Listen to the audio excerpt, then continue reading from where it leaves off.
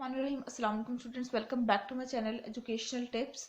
कैसे हैं आप सब? उम्मीद करती हूँ आप सब बच्चे बिल्कुल ठीक होंगे। तो बच्चों, आज ही मैं आपके साथ शेयर करने जा रही हूँ लेसन जो है वो है हमारे पास इस्लामी इबादत के तकाज़े और असरात। ठीक है, इसके बाद मैं आपके साथ सबसे पहले इसकी रीडिंग शेयर करूँगी, उसके बाद मैं आपके साथ मश्क शेयर करूँगी। तो चलिए स्टार्ट करते हैं अपना आज का लेक्चर। मायनी व मफहूम। इबादत का लफ्ज़ी मायनी बंदगी है। इबादत का मफहूम यह है कि इंसान अल्लाह ताला का शुक्र गुजार हो, उसी से दुआएं मांगे और उसी के आगे अकीदत व मोहब्बत से सर झुकाए। इंसान खुदा का बंदा व ग़ुलाम बनकर रहे, इसके मुकाबले में किसी और की ग़ुलामी कबूल ना करे।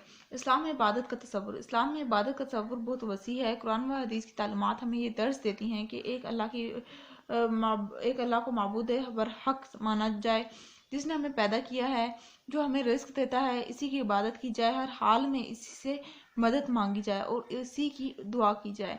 इरशाद बानी है तर्जुमा, और मैंने जिन्हों और इंसानों को सिर्फ इसलिए पैदा किया कि वो मेरी इबादत करें। कुरान कुरान मजीद में अल्लाह ताला फरमाता है, बिस्मिल्लाहिर्रहमानिर्रहीम, या अय्युहन्नास उअ्बुदू रब्बकुमुल्लज़ी खलक़कुम। तर्जुमा, ए अल्लाह, अपने रब की इबादत करो। ए लोगों, अपने रब की इबादत करो जिसने तुम्हें पैदा फरमाया।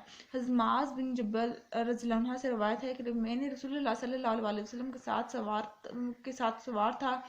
आप सल्लल्लाहु अलैहि वसल्लम ने फरमाया, ए मुआज़, क्या तुम जानते हो अल्लाह का हक इसके बंदों पर क्या है और बंदों का हक अल्लाह ताला पर क्या है?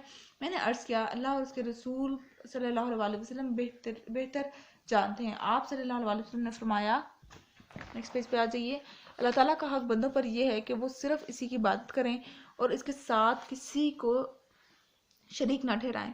और अल्लाह पर बंदों का हक ये है कि जो इसके साथ किसी को शरीक न ठहराए, इसे अजाब न दे।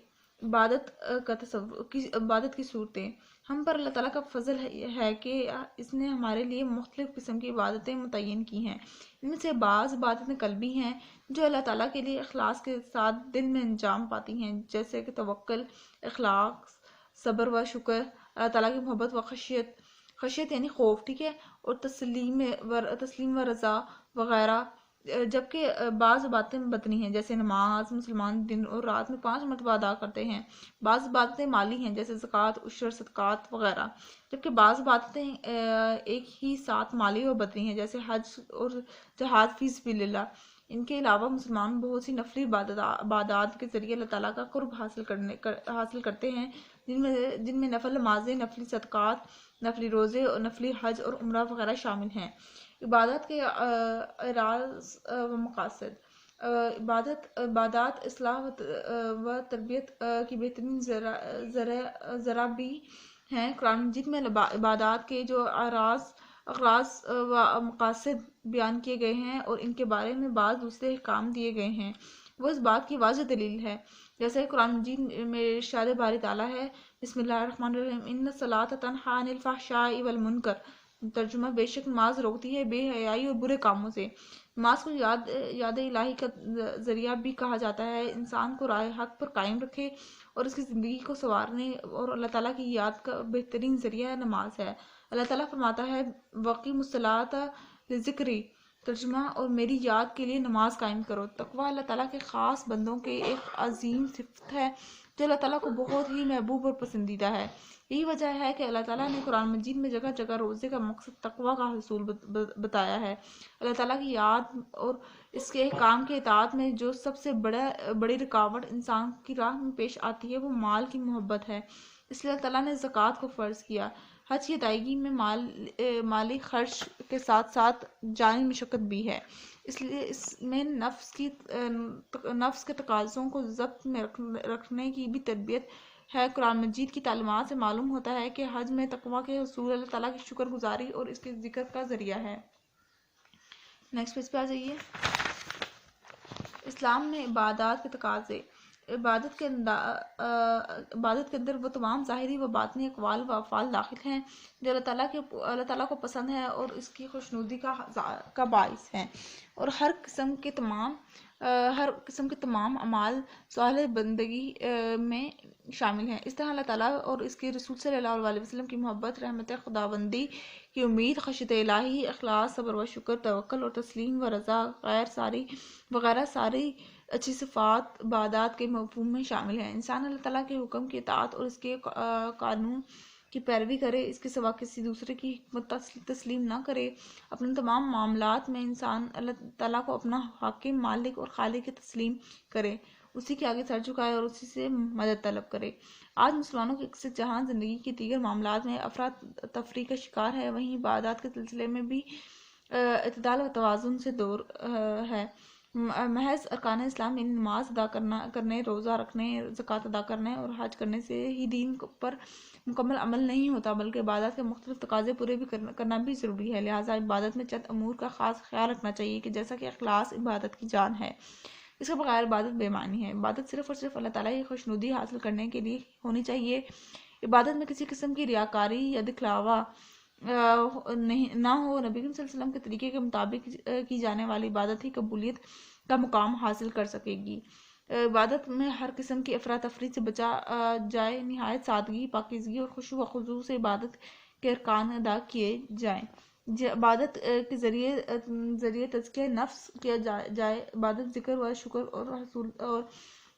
شکر اور تقویٰ کے حصول کا ذریعہ ہے، اس لیے اس کو مکمل یکسوئی اور حضور قلب کے ساتھ کیا جائے۔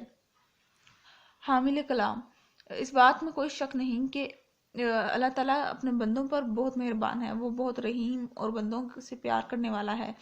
انسان کے لیے ضروری ہے کہ عبادات کے ذریعے اپنی ساری زندگی کو کامیاب بنائے اور اللہ کی رضا کرے، اللہ کو راضی کرے۔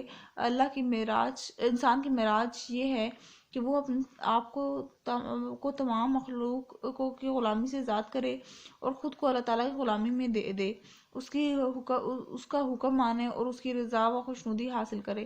یہی تمام عبادت کا منشا و مقصد ہے۔ ہمیں چاہیے کہ عبادت کو اس کی اصلاح روح کے مطابق کریں اور اس کے تقاضے پورے کرنے کی کوشش کریں، اور اسی میں ہماری نجات ہے۔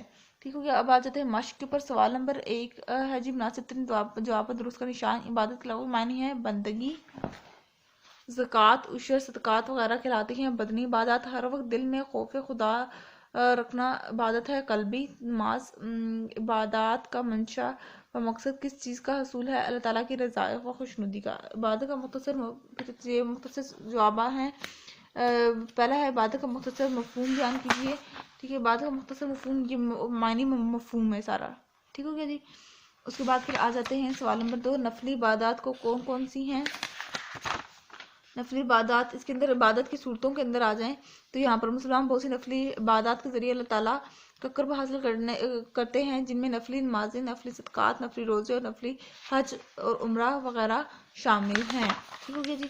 اس کے بعد حدیث مبارکہ کے مطابق اللہ تعالیٰ کا بندوں پر کیا حق ہے؟ تو اس کے اندر یہ ٹاپ پہ آ جائے، یہ اسی پیج نمبر 47 کے ٹاپ پر اللہ تعالیٰ کے بندوں پر یہ حق ہے کہ وہ صرف اسی کی عبادت کریں اور اس کے ساتھ کسی کو شریک نہ ٹھہرائیں، اور اللہ کا بندوں پر یہ حق ہے کہ جو اس کے ساتھ کسی کو شریک نہ ٹھہرائے اسے عذاب نہ دے۔ ٹھیک ہے، یہ اس کا آنسر ہو جائے گا۔ پھر آ جاتے ہیں نماز کن کن برائیوں سے روکتی ہے؟ نماز، یہ والا یہ میں نے خود لکھا ہوا ہے آنسر، یہ ہے اس کا آنسر۔ نماز ادا کرنے سے انسان بہت سے برائیوں سے بچ جاتا ہے، جیسے چوری، جھوٹ وغیرہ، کیونکہ وہ سوچتا ہے کہ ابھی تو وہ اللہ سے اپنے گناہوں کی معافی مانگ کے آیا ہے، اور اگر وہ دوبارہ کرے گا تو وہ اگلی نماز میں اللہ کو کس منہ سے بخشش کا کہے گا۔ ٹھیک ہے، تو یہ تھا آج کا لیکچر۔ آئی ہوپ آپ کو سمجھ آ گیا ہوگا۔ اگر آج کا لیکچر آپ کو سمجھ آ گیا ہے تو میرے چینل کو سبسکرائب کر دیجیے گا، ویڈیوز کو لائک کر دیجیے گا، اور ساتھ ساتھ بیل آئیکن کو پریس کرنا مت بھولیے گا، اس سے جو میری آنے والی ہر لیٹسٹ اپڈیٹ سب سے پہلے آپ تک پہنچے گی۔ ملتی ہوں کسی اور ویڈیو میں، دعا میں یاد رکھیے گا، اپنا خیال رکھیے گا۔ اللہ حافظ۔